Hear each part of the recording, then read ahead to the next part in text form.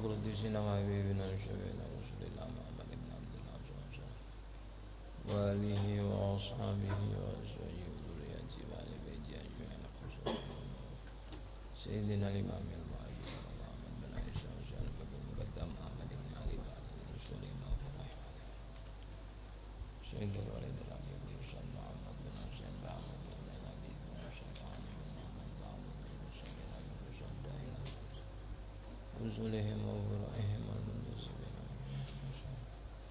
عبد القادر بن عبد السلطان حسين وعبد سيد عبد الله الشافعي حسين وعبد وإمام زين بن عبد الله الشافعي عبد الله بن محمد بن عبد الشافعي ثم إلى صاحب الكتاب سيدي وحبيبي الحبيب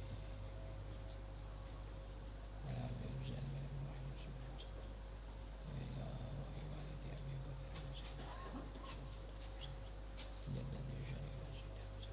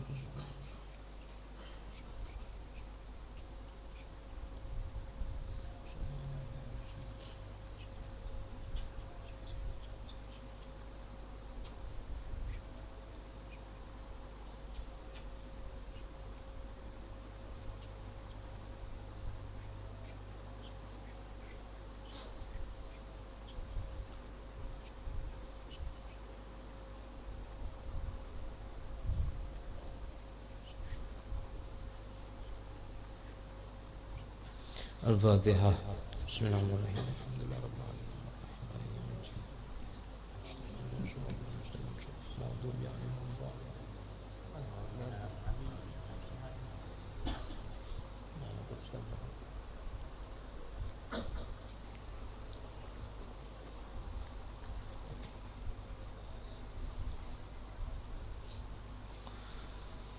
Bismillahirrahmanirrahim. Alhamdulillahirabbil alamin wassalatu wassalamu ala asyrafil anbiya wal imamil mursalin sayyidina maulana Muhammad wa ala alihi thayyibil tahirin wa ala ashabihil ghurril mayamin wa ala tabi'ina lahum bi ihsanin ila yaumiddin. Qala Syekhul Imam al-Muallif rahimahullahu taala wa nafa'ana bihi wa bi'ulumihi wa bi'ulumi aslafina shalihina fid dharin amin. Qulu subhanaka la ilma lana illa ma 'allamtana innaka antal alimul hakim. La haula wala quwwata illa billahil aliyyil azim. Rabbi shrah li sadri wa yassir li amri wahlul 'uqdatam min lisani yafqahu qawli wa saddid lisani wahdi qalbi bihaqqi sayyidina Muhammad. Busturakum ya ahlad darak wa ya ahlal batin wa ya ahlan nuba wa ya ahlan nur. Nawaina ta'allum wa ta'lim wa tadhakkur wa tadhkir wa nafa'u lintifa'u lifadata wal istifadah wal hatha ala tamassuk bi kitabillah wa sunnati rasulih wa du'a ilal huda wa dalalata ala al khair wa ibtigha wajhillah mardatihi wa qurbihi wa thabihi subhanahu wa ta'ala. Amma ba'd.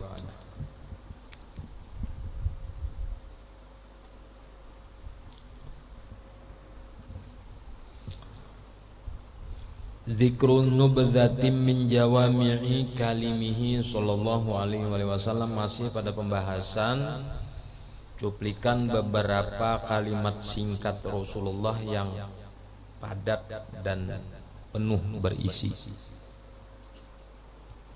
Ila anqal, sampai kepada pembahasan adil amanata ila mani tamanaka. wala takhun man khanak. Tunaikanlah amanat terhadap orang yang memberi amanah akan engkau. Adil amanah ila mani tamanaka.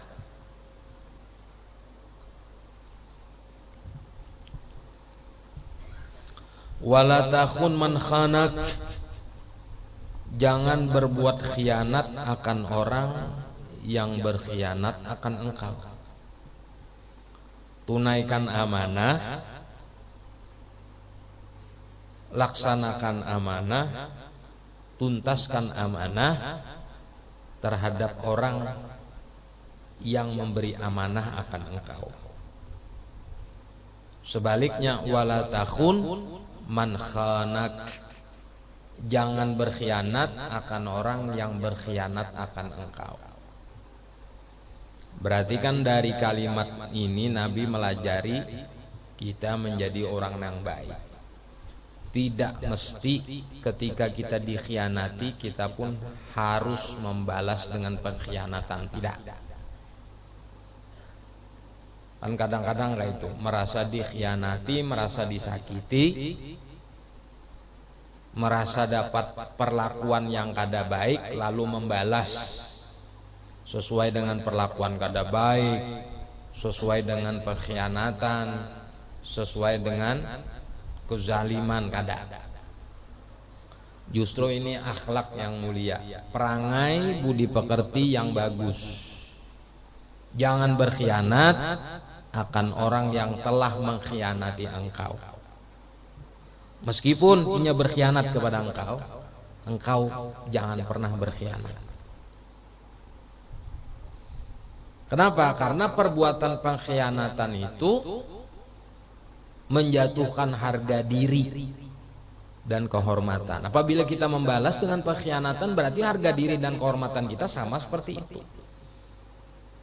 Jadi secara tidak langsung Nabi mengajari kita untuk menjaga dan tetap memelihara kehormatan dan harga diri kita. Orang berbuat jahat lawan kita, kita jangan berbuat jahat, karena perbuatan jahat itu menjatuhkan harga diri, merendahkan kehormatan. Manakala kita balas dengan perbuatan yang serupa, yaitu kejahatan jua, otomatis kan harga diri kita yang asalnya berada di atas inya, akhirnya sama, bahkan bisa kurang. Kalau peribahasa contoh, orang berbuat gila kepada kita, kita jangan jadi orang gila. Cukup inya aja nang gila. Orang bungul mendebati kita, misalnya, kita jangan jadi bungul sehingga melawani perdebatan inya. Biarkan dajanya pada posisi bungulnya itu tadi. Nah, itu maksudnya pengertian daripada wala takhun man khanak. Jangan berbuat khianat akan orang yang berkhianat akan engkau. Bahasanya jangan membalas pengkhianatan di atas pengkhianatan. Sudah, kemudian idza lam tastahi fasna ma syi'ta. Idza lam tastahi fasna ma syi'ta. Apabila engkau tidak memiliki rasa malu, fasna ma syi'ta, lakukan segala apapun yang engkau inginkan. Berarti dari apa yang disebutkan Nabi ini, perkara yang masih membatasi perbuatan kita itu sifat malu. Itu sifat malu. Bila orang tuh kada bisi sifat malu, kata Nabi, silahkan lakukan perbuatan apapun sesuai kemauan engkau. Selama orang tuh masih ada sifat malu, maka perbuatannya masih bisa terkontrol, masih kawa dijaraki, masih kawa dibatasi. Oh, misalnya Bapander Orang ini masih bisi sifat malu. Ada batasan bapander yang patut dipanderkan, dilontarkan, dibicarakan. Oh ini kada patut. Kenapa ini begini, dampaknya begini. Ada sifat malu. Jadi memang apa yang disebutkan oleh Nabi, al-haya'u, sifat malu itu minal iman, sebahagian daripada iman, setengah daripada iman. Maknanya manakala orang itu masih memiliki sifat malu, maka perbuatan yang semestinya kada digawi atau kada dilakukan tidak bakalan terjadi, karena sifat malu itu yang mengontrol dan merem sehingga tidak terjadi perbuatan yang demikian. Bila kada bisi sifat malu, ya khalas. Orang tuh kada bisi sifat malu, jadi maling biasanya di kampung. Ujuk-ujuknya di kampung, sakampungan tahunya maling. Pokoknya bila barang hilang pastinya nang ngambil. Biasanya di kampung tuh duduk bapanderan, berokok, nongkrong, itu orang kada bisa sifat malu. Korupsi misalnya, pejabat tuh korupsi, masih sempat aja melambayakan tangan, itu orang kada bisa sifat malu itu. Makanya ketika inya kada memiliki sifat malu, sona'a masya'a, inya berbuat sesuai kemauan inya, sesuai apa yang inya kehendaki. Orang kada bisa sifat malu. Nah, sedangkan sifat malu ini lebih dihiasi lagi pada seorang umat manusia dari kalangan kaum Hawa, perempuan. Ini sifat malu ini penting bagi perempuan. Sebagaimana pentingnya sifat malu itu bagi laki-laki, lebih penting lagi di atas kepentingan laki-laki sifat malu perempuan. Karena kalau sifat malu perempuan ini sudah kada ada lagi, inya lebih gila dari binatang. Nah itu. Kalau laki-laki ini kada bisa sifat malu, perbuatan tidak senonohnya itu tidak separah perbuatan tidak senonohnya seorang perempuan yang tidak memiliki sifat malu. Fahamlah sampai di sinilah. Nah, itu kata Nabi, idza lam tastahi fasna ma syi'ta. Ini hadis ini populer. Apabila engkau tidak memiliki sifat malu, silahkan berbuat semaumu. Sudah. Kemudian Nabi SAW menyebutkan lagi, afdolul jihadi kalimatu haqqin inda sultanin jair. Seafdol jihad dari sekian jihad, jihad harta, jihad tenaga, jihad pikiran, jihad profesi, jihad apapun, pahamlah jihad lah. Jihad itu perjuangan, berjuang untuk urusan agama, namanya jihad.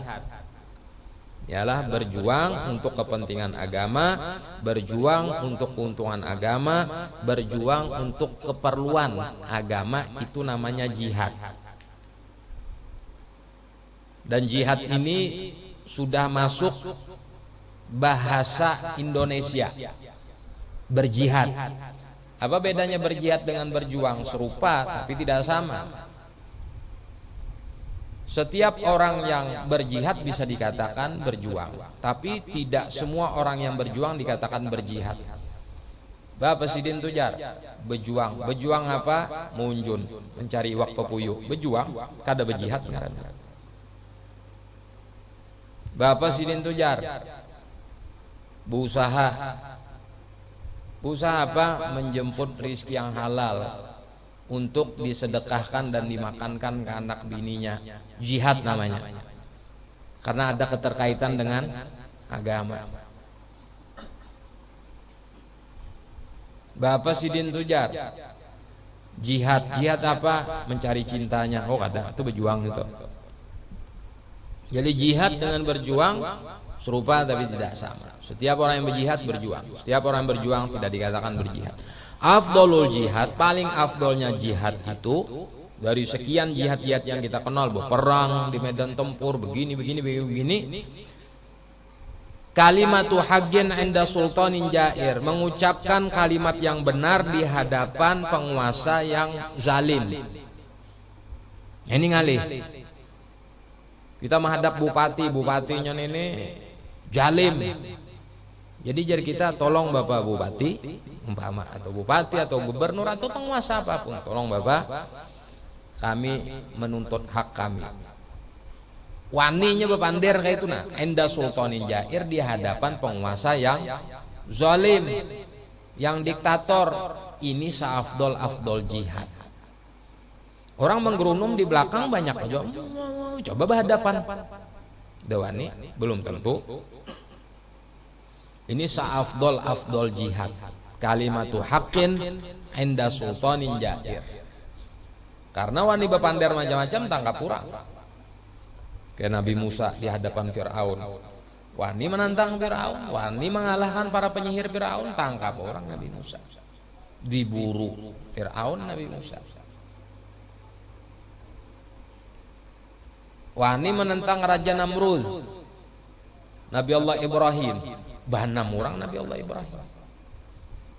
Nah sama, ketika di hadapan penguasa yang zalim, berani mengatakan kalimat yang benar, ucapan yang benar, itu afdol jihad namanya. Ada beratan orang punya mental nang ini. Ini juga orang mental baja orang nang ini. Ada tukutan apapun sudah. Karena resikonya apapun bisa terjadi. Konsekuensi yang didapatkan orang yang berani mengucapkan kalimat kebenaran di hadapan penguasa yang zalim, itu konsekuensinya macam-macam. Entah rezekinya diputus, keluarganya disakiti, dizalimi, dan sebagainya. Ini afdol jihad. Terjadilah kita saat ini, jelas terjadi. Berani mengkritik penguasa ketika kebijakan mereka tidak berpro dan tidak berpihak kepada orang-orang di bawah, masyarakat di bawah. Jelas konsekuensinya, kita bila hendak perlu napa-napa berkaitan non pemerintah pasti diperlambat. Di kampung ini misalnya ketujuh mengkritik pemerintah, otomatis jalan rusak kada dibaiki sidin. Kita perlu bantuan apa kada diturunkan. Kenapa? Itu konsekuensinya, karena berani menentang penguasa. Ada orang nang wani, ada juga orang nang tapi hendak ambil pusing, sudah gini sama lawan penguasa gini. Punya baik-baik aja sudah, ada dan yang penting kita nyaman kalau makan. Nah ini mental nang ini kada kawa. Mental nang ini nang kada hendak ambil pusing atas kedukacitaan dan kesengsaraan orang di bawah. Mental semacam ini mental para pengkhianat biasanya. Karena rata-rata pengkhianat yang terjadi itu mentalnya kayak ini. Mental yang kada memiliki kekonsistenan di dalam sikap dan perbuatan yang dilakukannya. Hari ini kacang, isuk jagung. Isuknya lagi napa? Kedelai. Isuknya lagi napa? Ini berubah-ubah. Orang nang ini kada konsisten. Nah makanya dulu 3,5 abad Indonesia ini berusaha dijajah oleh penjajahan asing. Itu karena sebab apa? Banyaknya tumbuh subur para pengkhianat di negeri ini.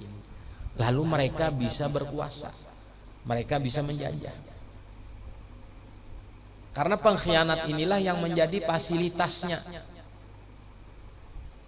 Fasilitas, pahamlah, media datangnya para penjajah. Para penjajah waktu itu ada banyak kada. Cuman pengkhianatnya nang banyak. Misalnya di Danau Panggang ini paling gandanya 10 ikung. Tapi pengkhianatnya beratus. Nah itu. Nah ciri-ciri orang mental berkhianat itu yang tidak memiliki kekonsistenan diri. Di antara cirinya, tanda-tandanya, mereka tidak peduli kesusahan yang terjadi di sekitarnya selama mereka masih kenyang dan nyaman. Mereka kada bakalan peduli. Dan mereka akan peduli ketika diri mereka dalam kesusahan. Tetapi ketika orang lain kesusahan mereka tidak peduli. Ini mental pengkhianat. Ya sampai nang kayak ini misalnya kita memperhatikan tentang keadaan saudara kita di Palestina, timbul mental pengkhianat nih nang di sini aja kita jar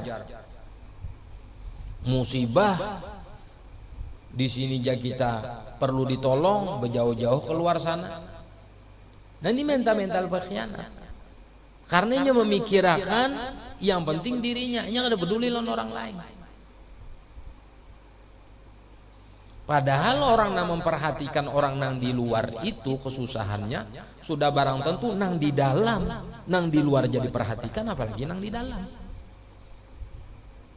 Besar kemungkinan juga yang kadang anak memperhatikan orang di luar itu nang di dalam pun yang kadang memperhatikan juga.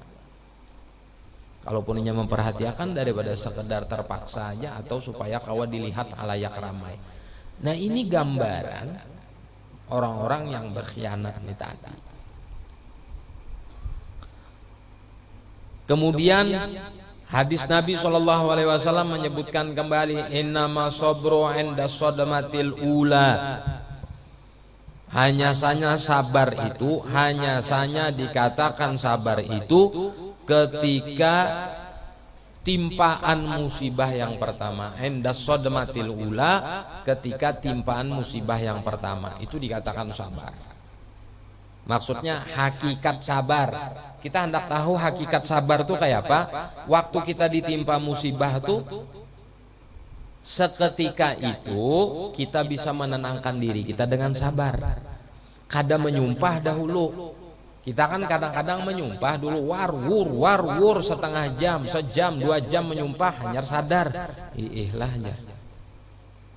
Ini belum dikatakan hakikat sabar ini. Tapi itu proses menuju kepada sabar. Belajar sabar, menyumpah dulu pasti. Wow, sandal hilang segala macam di masjid. Wah, panjang ayatnya. Pahamlah ibarat Quran tuh sahataman 2 hataman. Sudah. Oh ini di masjid hilang sandal, ada seorang ajar maling nih malun anak keturunan Dajjal ngambil ini itu. Sabar jurang, mungkin artinya sandal ikam itu hendak diganti akan Allah, mungkin artinya ini maras juainya, mungkin anak bininya di rumah kelaparan lalu tak ambil sandal ikam kasan berjual. Iyalah astagfirullah. Marasnya lah ayah sabar aja. Tapi sudah 3 jam menyumpahnya. Sabarlah dikatakan ini proses menuju sabar, latihan sabar ini namanya. Cuman sabar nang sebujurnya tuh apa ketika rap hilang, sandalikam hilang. Iya kah? Innalillahi wa inna ilaihi rajiun. Khair insyaallah, mudahan bagus, mudahan ada hikmah, mudahan ini. Mungkin orangnya kayak ini. Langsung. Itu hakikat sabar tuh kayak itu. Tapi kadang mungkin langsung ke hakikat sabar tanpa kita menjalani proses menuju kepada sabar itu tadi. Yang bisa kayak itu langsung tuh hanya baginda Nabi. Kita sebagai umat yang mutabaah kepada Nabi ini pelan-pelan lah latihan dulu. Ya walaupun menyumpah, pemulaannya setidaknya kembali habis itu. Ya kalau berproses biasanya bilanya segala musibah terjadi itu menyumpahnya 3 jam.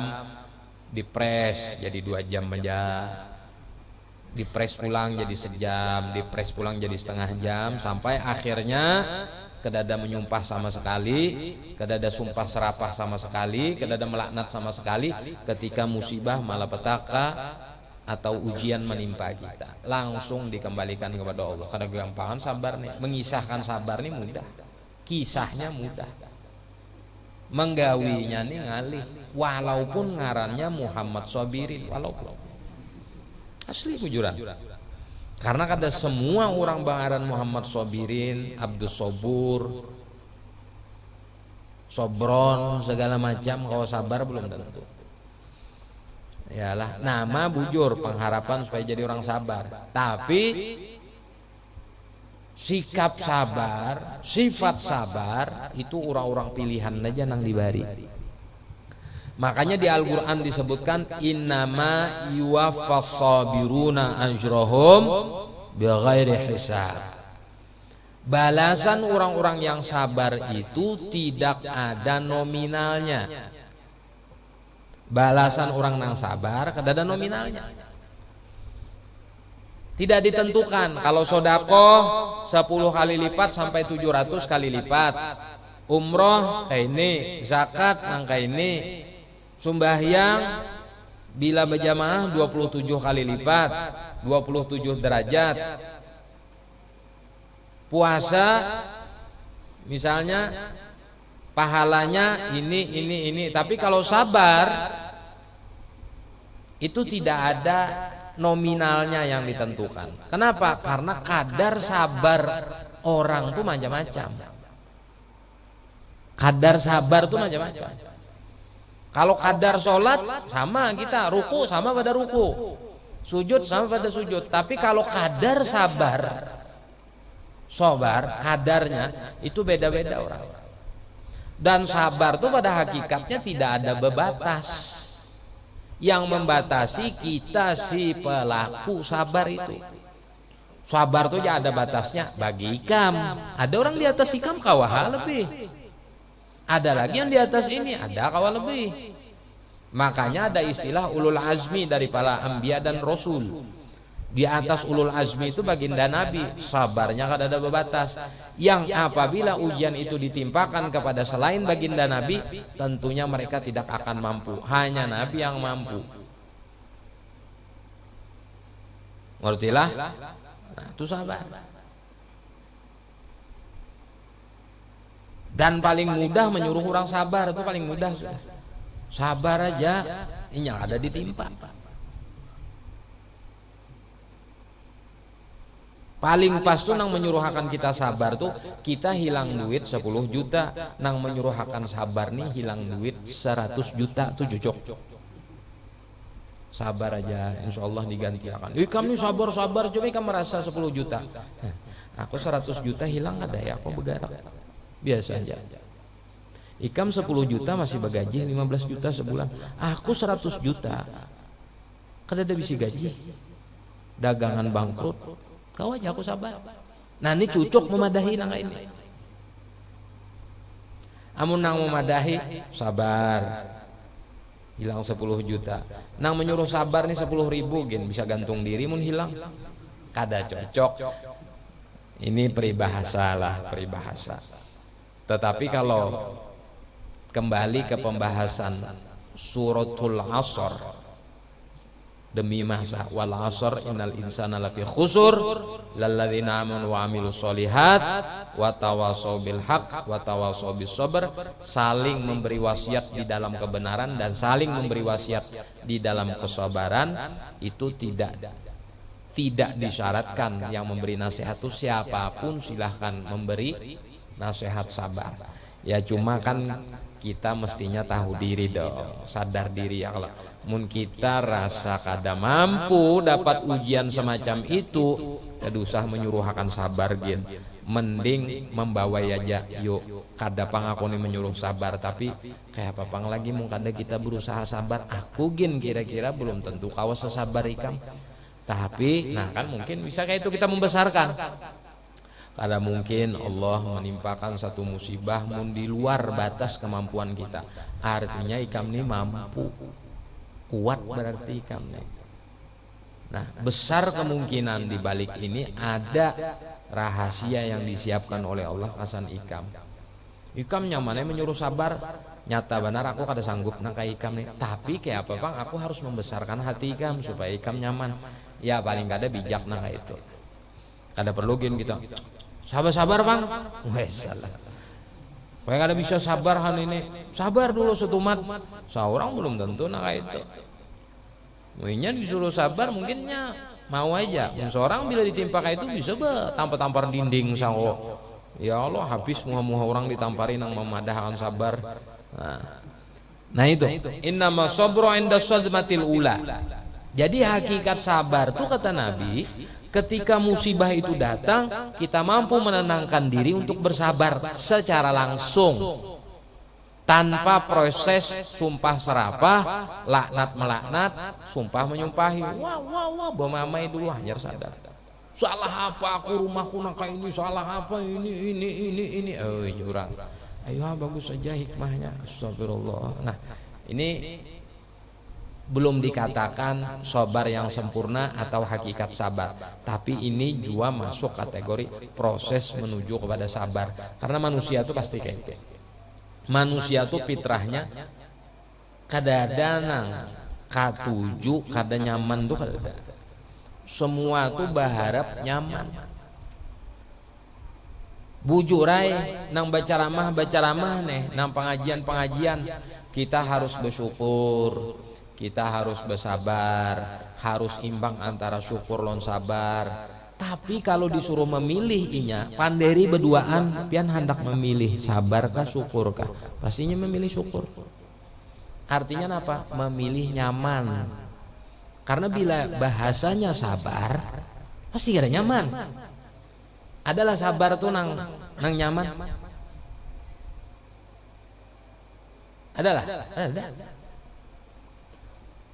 Katakan kita lapar, prasmanan makanannya, antri hendak makan, nyamanlah bersabar antri enak makan. Nggak ada. Nang nyaman tuh duduk manis, makanan datang seorang, itu nang nyaman. Sabar hendak ke jamban, makin kada nyaman lagi, bantri. Jadi sabar tuh identik dengan musibah. Tapi kalau syukur identik dengan kenikmatan. Meskipun bentuknya seperti musibah, tapi nya menikmati, dengan itu syukur bisa. Harus ada pang syukur, harus ada pang sabar. Tapi di panderi habagamat pian memilih mana? Syukur. Karena fitrah manusia itu kada hendak kada nyaman, hendak nyaman terus. Tapi agar imbang kehidupan di dunia ini, harus ada syukur, harus ada sabar. Nih hujan. Sebelum-sebelumnya berapa bulan kada ada hujan. Dituntut sabar kita. Ada nang syukur, pehumaan jadi. Mun maasi ampun kita muka wah hujan, apabila pehumaan kau jadi. Jadi berimbang. Satu sisi kada hujan. Oh ini untuk menguntungkan kelompok ini. Kelompok ini disuruh bersabar. Sudah selesai, kelompok ini akan diberikan kemauannya. Kelompok ini disuruh bersabar. Jadi imbang. Amun napa haja kehendak kita, request kita selalu kabul. Aku anak hujan. Kesian orang nama jamur bani. Aku nak panas. Kesian pulang kampung-kampung nang tandus, nang perlu siraman banyu hujan. Jadi Allah tuh bijak. Allah tuh bijaksana. Makanya paling nyaman, terbaik, yang paling baik Allah tentukan. Kadang bila kita meminta ini bisa kelimpatan. Bari hujan, darasi lagi ya Allah, artinya banjir, ya Allah salah napa nih. Maka Allah seorang nang bepander di dalam sebuah hadis qudsi, ana inda dhanni abdi bi falyadhunna ma syaa. Falyadhunna abdi ma syaa. Aku ini sesuai sangkaan hambaku, maka silahkan hambaku berprasangka sesuai kemauannya. Kadang-kadang bila kita meminta kepada Allah, Allah memberikan sesuai permintaan kita. Ya Allah, ulun hendak minta sugih, bari Allah sugih. Tapi sehat kada dibari, berkat kada dibari, manfaat kada dibari, sugih aja dibari. Munyak akhirnya, ya Allah nangka ini bersubuh pada kawa, lapah murus duit, setumat orang datang, munyak ini itu. Ulun hendak nang biasa-biasanya, bari pulang oleh Allah Ta'ala biasa. Sakit ya kayak ini jar pulang. Nah makanya kadang-kadang ulama menyebutkan mintalah kepada Allah tuh ud'uni astajib lakum, minta kepada Allah tuh lengkap-lengkap. Lengkap-lengkap. Jangan nanggung minta kepada Allah. Ya Allah artinya minta binian nih, misalnya minta suami nang tampan dan alim. Bari Allah Ta'ala tampan, alim, tapi kada berakhlak. Pok mamayon mana peleng. Alim bujur orang tahu dihukum, takutnya aja kita pacah dilat. Pacah dilat bahasa orang bahari itu. Kada bekitapan lagi sudah.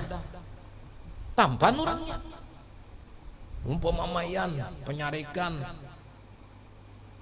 Nah, kayak itu juga lelakian, ya Allah ulun minta bini bungas, putih tinggi semampai, keluaran pondokan. Bari Allah Ta'ala putih tinggi semampai, bungas keluaran pondokan, tapi kada berakhlak. Bore orangnya. Amlah bore lah. Ungang. Pada orang kayak ini, orang jangan berjalan lah. Aku setumat lo ke pengajian, turun sekali ke warung merudai, berjalan juga ngarannya itu. Nah maka kalau minta tuh minta nang pas. Ya Allah minta nang kayak ini, minta nang kayak ini. Panjangi aja mun kita minta lawan Allah tuh jangan nanggung. Hendak minta kanyang bujur-bujur, ya Allah minta kanyang, nang sehat, nang nyaman, nang berkah, nang manfaat, membawa afiat, kesentosaan, kuat beribadah. Ini panjangi aja mintanya nih lawan Allah. Allah itu kada ketujuh bila minta tuh sedikit, detail minta tuh. Bukan berarti kita kada tahu. Bukan berarti kita menyangka bahwa Allah tuh kada mengerti. Kita yakin Allah tuh mengerti. Tapi nangaran kita meminta, karena Allah memberi sesuai dengan permintaan kita, sesuai dengan sangkaan kita, maka mintalah dengan sempurna. Kalau memang kada hendak meminta, jangan berdoa.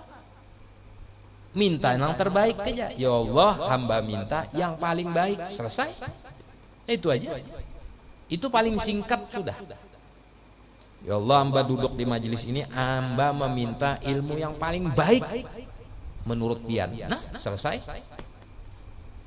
Tapi kalau ya Allah, hamba duduk di majelis ini hendak minta ilmu. Bari Allah ilmu. Barangnya ilmu santet kah? Parang maya. Kan ilmu ika meminta. Sehubungan Anda meminta, maka Anda akan diberi sesuai permintaan Anda. Karena diberi sesuai permintaan, maka mintalah dengan sempurna. Minta ilmu yang bermanfaat, babarkat, kawa menulung dunia sampai akhirat. Kawa menjadikan sebab Allah ridho, kawa menjadikan sebab Rasulullah senang. Kawa dibagi kepada orang di sekitar, kawa menyelamatkan kula warga, sanak famili, handai taulan, sahabat, ilmu ini tadi.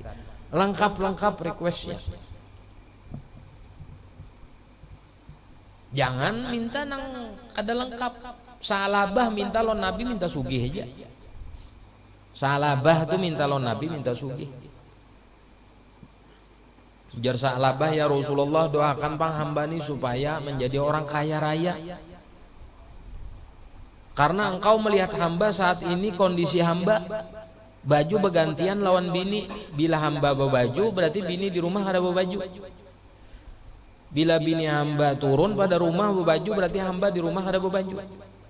Sangat miskin hamba ini ya Rasulullah. Ujar Rasulullah, jangan, cukup ini bagus sudah keadaan yang semacam ini. Karena engkau akan merasakan rasa syukur dan sabar yang berimbang. Kada ya Rasulullah. Nyaman jadi sugih juga, kawa membantu agama. Kayak pun kita itu berarti. Ya Allah, jangan ya Rasulullah. Tetap memaksa salabah, didoakan Nabi. Salabah minta sebuting aja nih, minta sugih. Jaka salabah ya Rasulullah hendak minta sugih, babarkat, manfaat, sugih ini kesan agama, pian ridho dan membawa kemaslahatan kesan umat dunia sampai akhirat.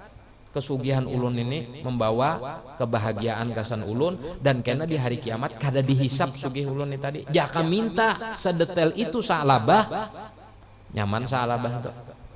Tapi minta sugih aja. Doakan Nabi sugih salabah. Kalau bisa lagi Sa'labah sembahyang berjamaah. Mana aja Rasulullah Sa'labah sibuk lon kambingnya. Sudah berapa kali Sa'labah ada hadir dan kada pernah hadir lagi pengajian Rasulullah. Sampai satu waktu Nabi mengutus sahabat ambil lon Sa'labah. Kiapa habar Sa'labah banyak di gunung sudah penuh dengan kambing-kambing Sa'labah. Ya Rasulullah sampai nisabnya lah sudah kasan zakat sampai ya Rasulullah ambil zakat lon Sa'labah. Beberapa sahabat datang, wahai Sa'labah kami utusan daripada Rasulullah meminta kepada engkau untuk mengeluarkan zakat daripada domba-domba engkau. Jadi jasa Sa'labah apa? Zakat. Nyamannya Pang Muha. Aku lapah usaha sampai sugih nangka ini. Kamu datang ke sini minta gratis zakat lah. Maafailah. Kembalilah para sahabat tadi. Ya Rasulullah Sa'labah ada anak bayar zakat. Jarinya kayak ini. Ya Rasulullah wel li Sa'labah. Celakalah Sa'labah. Akhirnya sampai ke khalifahan Sayyidina Umar, Sa'labah tidak pernah diterima zakatnya. Kalau ada khilaf di zaman Khalifah Sayyidina Utsman meninggal Sa'labah. Dalam keadaan tidak direstui oleh Rasulullah karena kekayaan Sa'labah membawa malapetaka. Sebab napa? Minta sugih wara aja lon Rasulullah Sa'labah nih.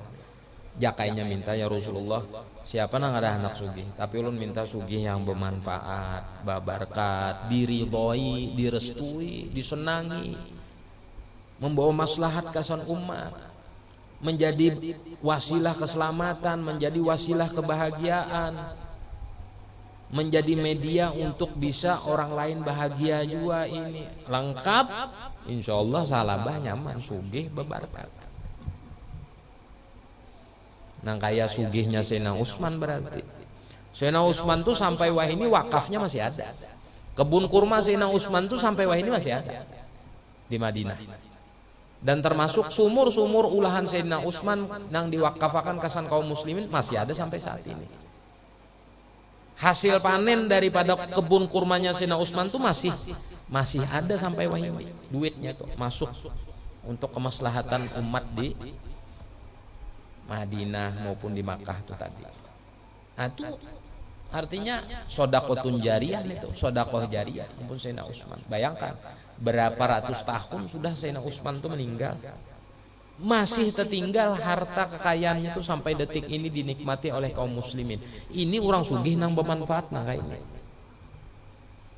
Makanya jadi kita ketika meminta kepada Allah, berdoa kepada Allah, ketika Anda meminta, maka mintalah yang pas selengkap-lengkapnya.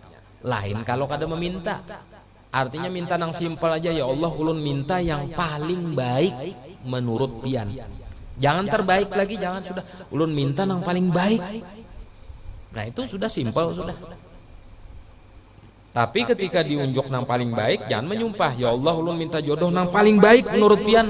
Diutus anak pembakal, padahal anak bupati bang sebujurnya kehendak, cuma anak pembakal. Nah itu bang nang paling baik sudah ya Allah Ta'ala. Jangan lagi menggerunum, no, kenapa ya anak pembakal? Berarti kan kada sesuai permintaan. Ajar minta artinya nang paling baik. Itu bang ya Allah Ta'ala nang cucuk kesenikam paling baik. Karena ikam ini sekolah kada, SD tamat kada, dapat anak bupati lah.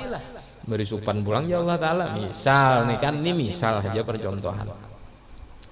Sudah, innama sabru inda sadmatil ula.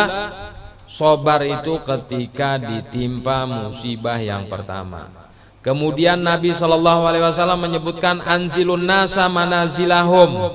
Dudukakan oleh kalian akan manusia itu sesuai martabatnya masing-masing.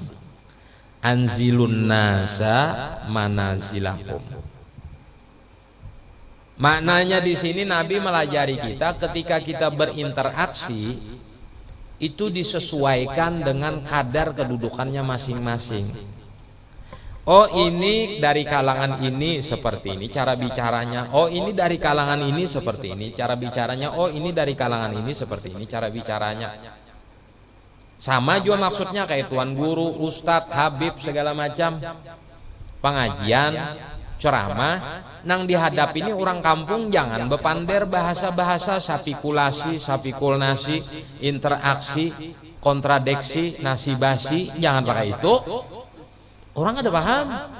Karena nang di Panderi ini orang-orang kampung nang maaflah nang sekolahnya pun kadang-kadang kada lulus. Gunakanlah bahasa nang sederhana, sederhana mungkin nang maulah mereka tuh paham dan mengerti. Jangan diperpanjang pembahasannya, menjelemit biar orang tuh beliuk-liuk ini kada. Simple aja. Itu bisa mendudukkan kedudukan pada tempatnya. Karena kadar manusia ini macam-macam. Oh ada nang penyarikan, cara berpander kita intonasinya jangan tinggi. Mengiringi aja kita sambil merangkul, sambil memusut bahasa kita. Karenanya sudah temperamen tinggi. Oh ini orangnya kada penyarikan. Nah penekanan kita sedikit kita tegaskan. Karenanya kada penyarikan juga. Nah ini berimbang namanya. Anzilun nas manazilahum, dudukakan manusia itu sesuai martabatnya masing-masing. Oh ini kekanakan nang di Panderi, kada mau pelajarannya nang kelas tinggi. Ayo anak-anak, mari kita buka bukunya sehingga kita mempelajari tentang administrasi. Mananya paham urusan TK administrasi. Ini gurunya nang kada mengerti. Kan gitu tak? Nah ini namanya anzilun nas manazilahu. Nah cuma anzilun nas manazilahum ini sudah kada berlaku lagi saat ini. Yang Tuha kada menyayangi nang anum kada menghormati nang Tuha. Wah ini gitu. Coba lihat orang-orang anum wah ini. Adalah bila bersalaman lawan orang nang lebih Tuha tuh bercium tangan.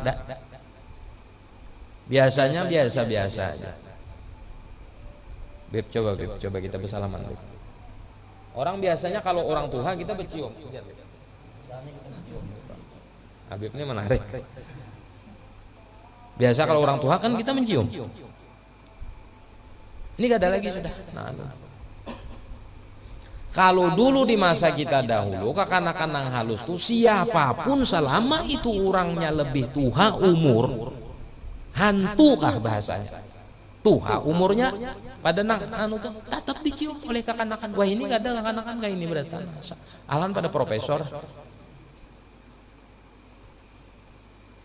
Nah inilah pembelajaran mendudukan kedudukan manusia kada sesuai martabatnya ya kayak ini. Kalau dulu bila ada orang tua kita bertunduk di warung hendak mengambil sambal, paman permisilah. Ini pian sudah kah memakai sambal nih? Sudah aja sini. Ulun ambil paman lah, ulun hendak Wah ini gak ada ambil aja. Ini orang tua. Wah nal adab mana pembelajaran itu wah ini. Sudahnya di sekolahan. Nah ini kita lawas dah nak menyampaikan ini. Sudahnya di sekolahan, apalagi sekolahan umum. Guru-guru tuh kada ada bermartabat lagi sudah wah ini. Dapatnya anak murid. Kadang guru menagur murid baik-baik di kelas, jangan tumbur, jangan ribut. Jangan ini, jangan itu. Bulik guru tuh dipukuli murid tuh sampai mati. Jadi wajar kekanakan wahini itu kada baratan babarkat sekolah. Ulun ini sekolah umum bari. Bukan nang mulai lagi halus mondok kada. Ulun selesai sekolah umum nyar mondok. Tapi ulun merasa hasil pendidikan sekolah umum itu sangat membantu ulun juga ketika ulun sekolah di pondok pesantren. Kita bahari sekolah, guru lewat tuh supan. Guru lewat supan kita. Padahal kita kada ada apa-apa, berduduk biasa aja. Guru lewat rumah supannya. Wah ini guru lewat seorang berokok, menjinet, menyumbalih gajah. Di gardu ada bapak, Pak, dan selamatan pala. Justru bapaknya itu nang supan. Padahal kekanakan Wahini ini kan hasil keturunan orang bahari juga kalau sebujurnya. Ngopang hasil keturunan jin. Turunan orang bahari juga kalau. Tapi kenapa? Yaitu karena pergaulan, situasi lingkungan, media sosial. Guru kadang menerangkan di kelas, menulis papan tulis. Di belakang nih, bila ditagur, ada yang kadang sambil berokok, guru menerangkan. Nya jagau Pak, kuitannya jagau di kampung. Kuitannya nih jagau di kampung menyekolahkan anak kan. Jadi kan ada waniai guru nih, kan bilanya anak nih balapor long kuitan ini datang lon parang. Namun ulun jadi kepala sekolah nah kayak itu kuitan tuan nih kayak itu jolon angkut anak ikam didik saurang. Angkut anak ikam ini didik saurang. Kalau ikam kawa menghasilkan anak ikam nih hebat pada pendidikan kami di sekolah nih, kami menyembah lon ikam nang jadi Tuhan ampih Allah. Itu menulun jadi kepala sekolahnya kayak itu. Cuma kada ulun Pak kepala sekolahnya kan. Itu. Mana wah ini pendidikan adab? Tidak ada lagi sudah. Guru kan ada harganya. Jadi guru ini akhirnya wah ini hendak bujur-bujur mendidik murid tuh ada segan. Dijewer murid nih, biasa kan guru nih kadang-kadang di sini, di telinga, di kibit, di lihatnya ke sini nah, nang sekolah-sekolah tuh nah, jangan bepander, nah. Jar kayak ini, melaporkan aja tuh kena perbuatan tidak nyaman jadi kepolisian, dilaporkan guru nang itu, ditangkap. Guru ini bagaji sudah ada banyak, kadang-kadang honor, nang sebulan gin kadang 303 bulan hanya dapat. Bulang bulik guru ini bujur-bujur melajari murid nang kayak itu, jadi mana dapat berkat. Bukan berarti berkat itu hanya di sekolah pondok pesantren aja kada. Dimanapun selama kita belajar untuk kebaikan dan manfaat, di situ ada berkat Allah titipkan. Amun di pondok pesantren aja berkat, berarti di pasar tuh kada ada berkat. Berarti di kantor tuh kada ada berkat. Karena kada semua orang pondok di pasar, kada semua orang pondok di kantor. Ya kalau di mana tempat yang di situ membawa manfaat, ada berkat Allah titipkan di situ. Ketika kita bujur-bujur menjaga adab, ini kan gak ada. Sudahnya nang guru nang dipukuli oleh murid-murid nih. Habis guru bebincul-bincul. Nak melaporkan gurunya kada berduit juga, susah juga. Nah memukulin kan anak bos Pak. Jadi kadang kalau disalahkan lagi wah ini. Bila kakanakan tuh moralnya kada baik, itu memang dasar aslinya inya, bukan sekolahnya nah kada bisa. Makanya kita melihat di media sosial. Nang memukuli gara-gara membuli. Kenapa gerang di sekolahan tuh selalu ada bulian tuh aku bingung. Bumbu kah menyambat orang? Kadang apalagi bilanya pina susah, kuitannya kada tapi berduit, dibully. Dia lihat tijar orang merigat datang. Ngapa pendidikan apa ini? Makanya hadir di majelis tuh bujur-bujur. Belajar lawan guru tuh bujur-bujur. Kita nih kadang hadir di majelis beramian aja. Talinga kada dipasang. Mantul, jaka masuk kanan keluar kiri itu ada juga singgah masih. Mantul mengerti lah. Daripada aja juga kita hadir. Kada bisa juga kita nenang bujur-bujur meresapi nang kayak apa tuh. Prihatin loh kita kayak itu kadang-kadang. Lalu kada jadi sekolah orang, ada nang dipukuli.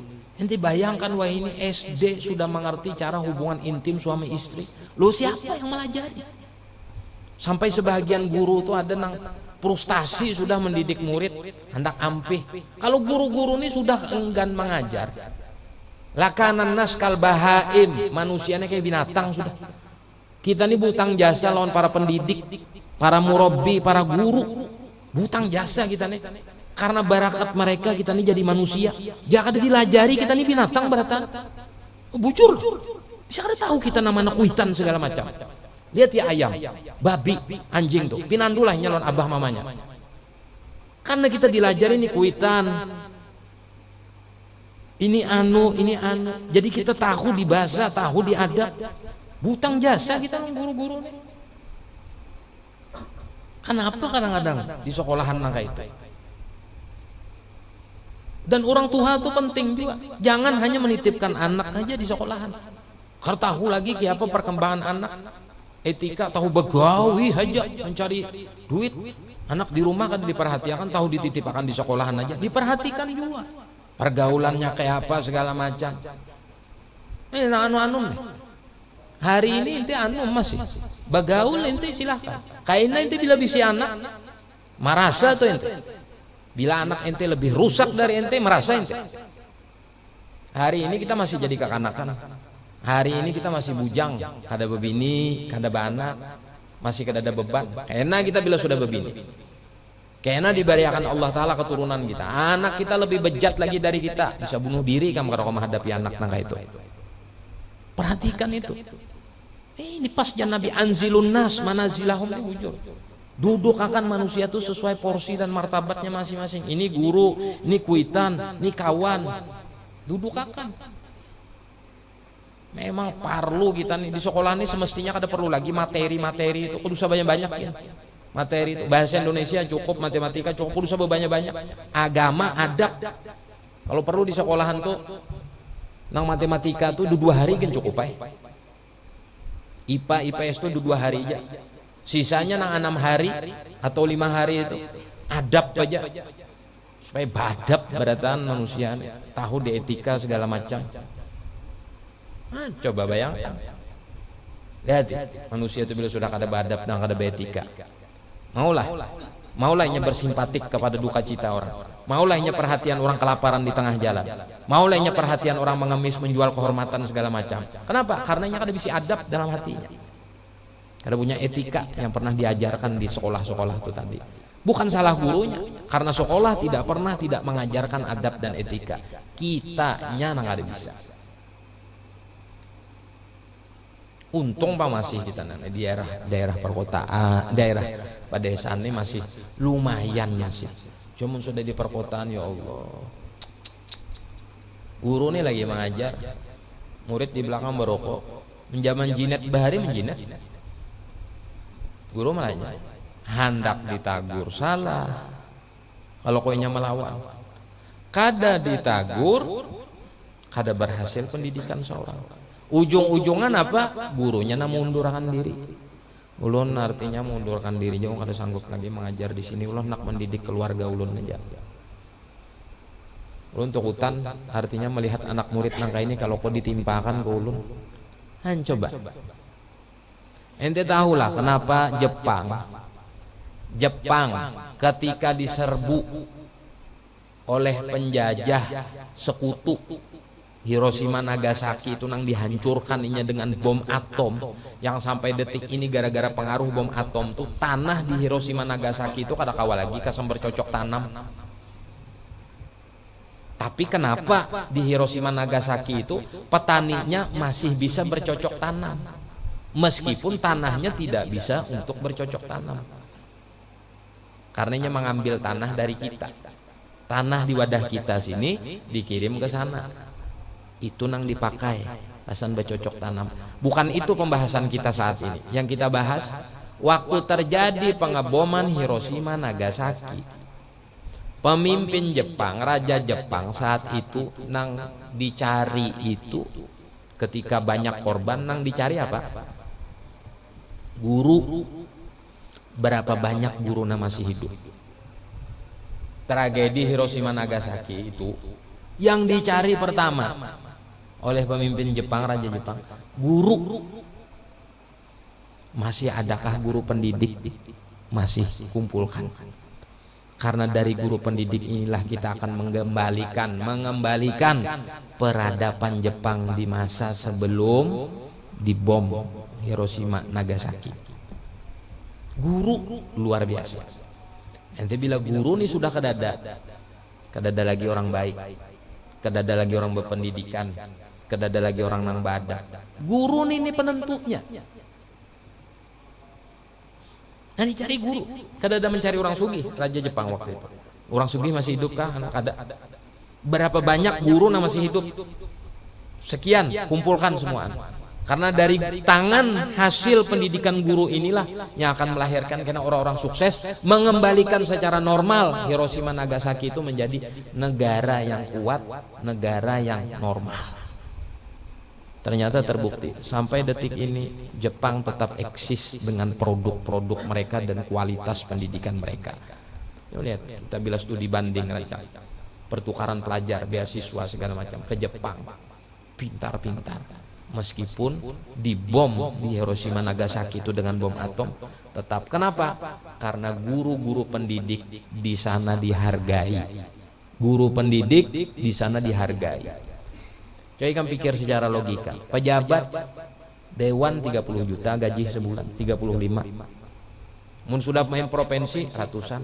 Mun sudah main puluhan, 50-an anggap misalnya. Main sudah pusat ratusan. Udah betakon. Nah menjadi akan pejabat tuh kayak itu siapa? Siapa? Guru. Adalah gaji guru tuh sampai situ teman.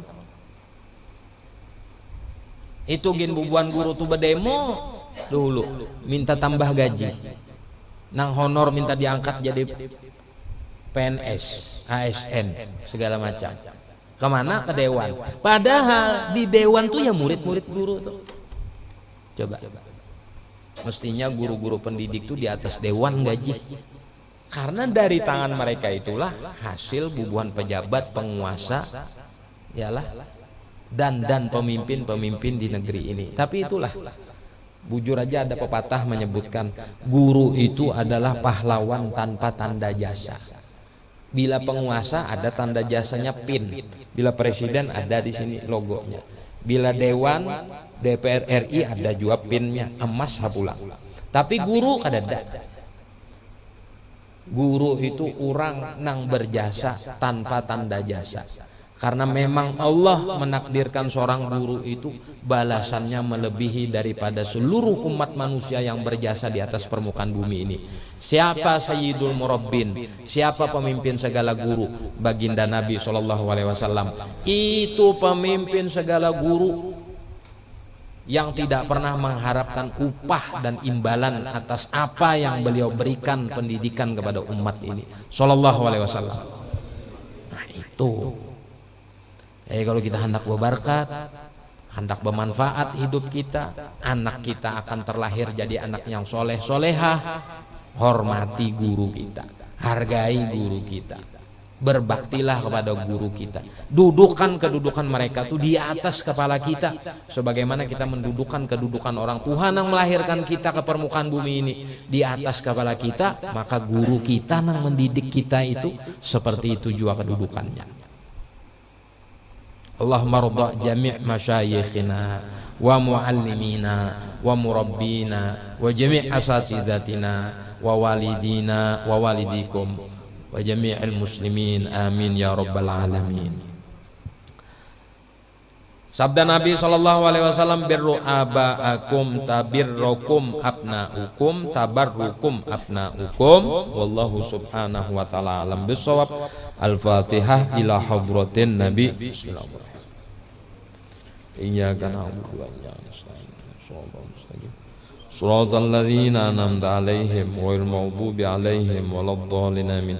Bismillahirrahmanirrahim. Alhamdulillahirabbil alamin. Wassalatu wassalamu ala asyrafil anbiya wa imamil mursalin sayyidina maulana Muhammad wa ala alihi at-tayyibin at-tahirin wa ala ashabihi al-qurril mayamin wa ala tabi'in lahum bi ihsanin ila yaumiddin. Allahumma anfa'na bima 'allamtana wa 'allimna ma yanfa'una wa zidna ilma walhamdulillah ala kulli hal wa na'udzu billahi min ahwali ahli an-nar. Allahumma inna nas'aluka fahman nabiyyin wa haddal mursalin wa ilhamal malaikatil muqarrabin. Allahumma aghnina bil ilmi wa zayyinna bil halmi wa akrimna bit taqwa wa jammilna bil afiyah. Allahumma inna na'udzu bika min ilmin la yanfa' wa min qalbin la yakhsha wa min adha'iyatin yustajabu laha. Rabbana atina fid dunya hasanah wa fil akhirati hasanah wa qina adzaban nar. Sallallahu ala sayyidina Muhammad wa ala alihi wa sahbihi wa sallama. Walhamdulillahi rabbil alamin. Taqabbalallahu minkum. Ya Karim.